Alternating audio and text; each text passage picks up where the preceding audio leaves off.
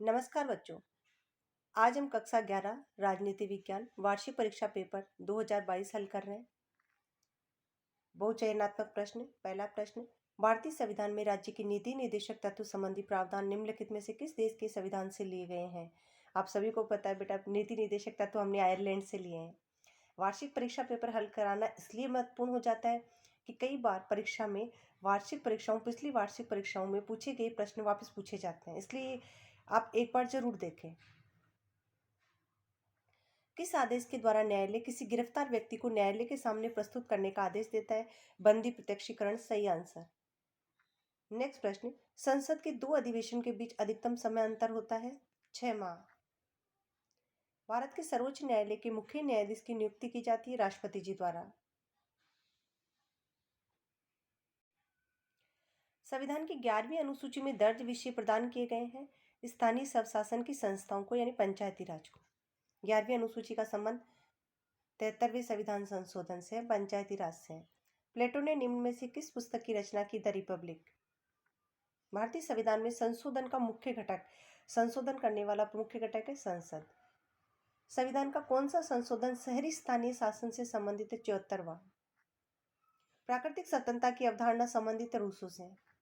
नागरिकों का सांस्कृतिक अधिकार है अपनी मातृभाषा में प्राथमिक शिक्षा पाने का अधिकार। राष्ट्र निर्माण के लिए साझी आदर्श है ये सभी। धर्मनिरपेक्षता विरोध करती है, धार्मिक वर्चस्व का धर्मनिरपेक्षता विरोध करती है। भारत में राष्ट्रवाद को बढ़ावा देने वाला प्रमुख कारक है बेटा सभी।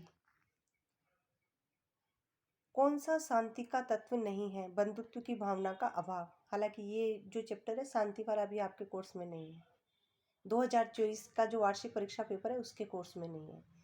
मंत्रिपरिषद तभी अस्तित्व में आती है जब प्रधानमंत्री अपने पद की शपथ ले लेता है। भारत का राष्ट्रपति सरकार का औपचारिक प्रधान होता है।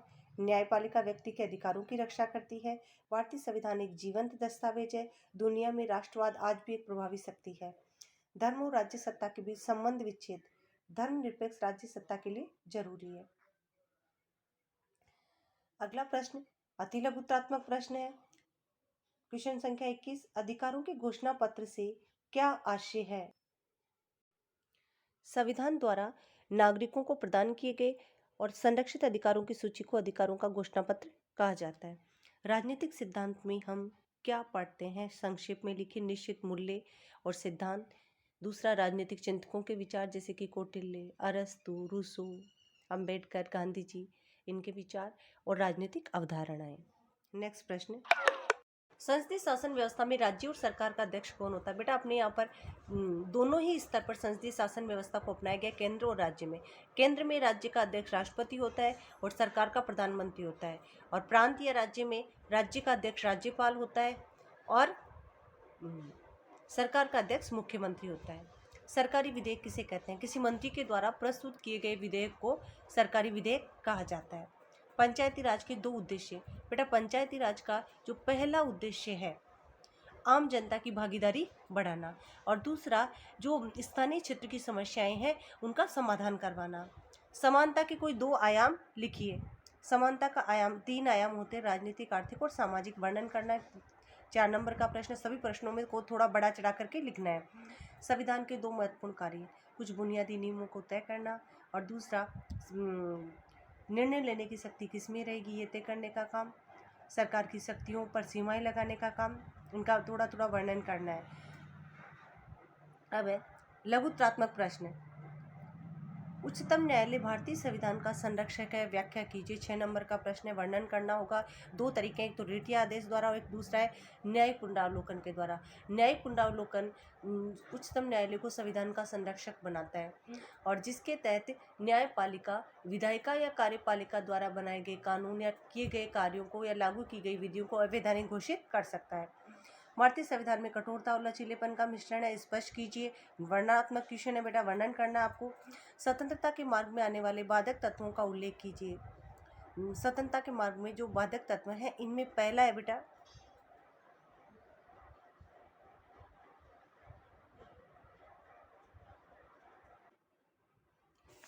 सबसे पहला जो प्रतिबंध है या बाधक तत्व है वह सरकार के द्वारा, कानूनों के द्वारा लगाए जा सकते हैं।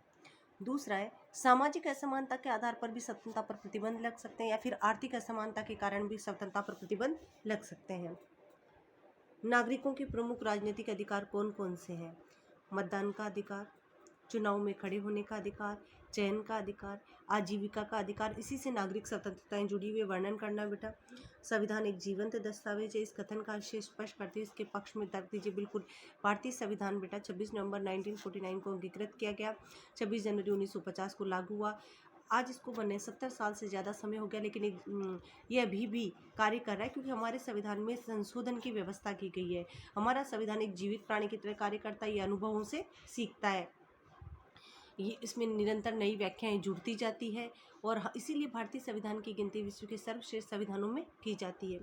स्थानीय शासन के विकास की विवेचना कीजिए। स्थानीय शासन के विकास की अगर अपन बात करें तो लॉर्ड रिपन के समय में 1892 ईस्वी में स्थानीय शासन के विकास की प्रक्रिया शुरू हुई। लॉर्ड रिपन को जनक माना गया। उस समय इन्हें मुकामी बोर्ड कहा जाता था। आज़ादी के बाद भारत में 1952 में सामुदायिक विकास कार्यक्रम शुरू किए गए और 2 अक्टूबर 1959 को भारत में पंचायती राज व्यवस्था का शुभारंभ हुआ। शांति को परिभाषित कीजिए, अभी आपके कोर्स में नहीं है। धर्मनिरपेक्षता राज्य की विशेषताओं का उल्लेख करते हुए भारतीय धर्मनिरपेक्षता और पाश्चात्य धर्मनिरपेक्षता में अंतर स्पष्ट कीजिए। धर्मनिरपेक्षता का अर्थ होता है कि राज्य का कोई धर्म नहीं होगा, राज्य क्षेत्र में निवास करने वाले नागरिक अपने धर्म के अनुसार आचरण कर सकेंगे। अगर हम धर्मनिरपेक्षता की बात करें तो राज्य और धर्म के बीच पारस्परिक निषेध का सिद्धांत होता है। राज्य कानून बनाते समय धार्मिक मामलों पर महत्व नहीं देता है। वित्तीय संस्थाओं को धार्मिक मदद नहीं दी जाती है।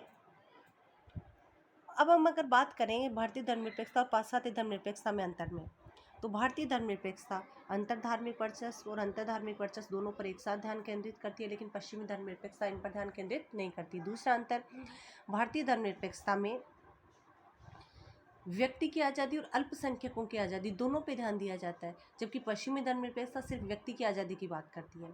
अगर हम अगले अंतर की बात करें तो भारतीय धर्मनिरपेक्षता में राज्य धार्मिक मामलों में हस्तक्षेप कर सकता है, लेकिन पश्चिमी धर्मनिरपेक्षता में राज्य धार्मिक मामलों में हस्तक्षेप नहीं करता है।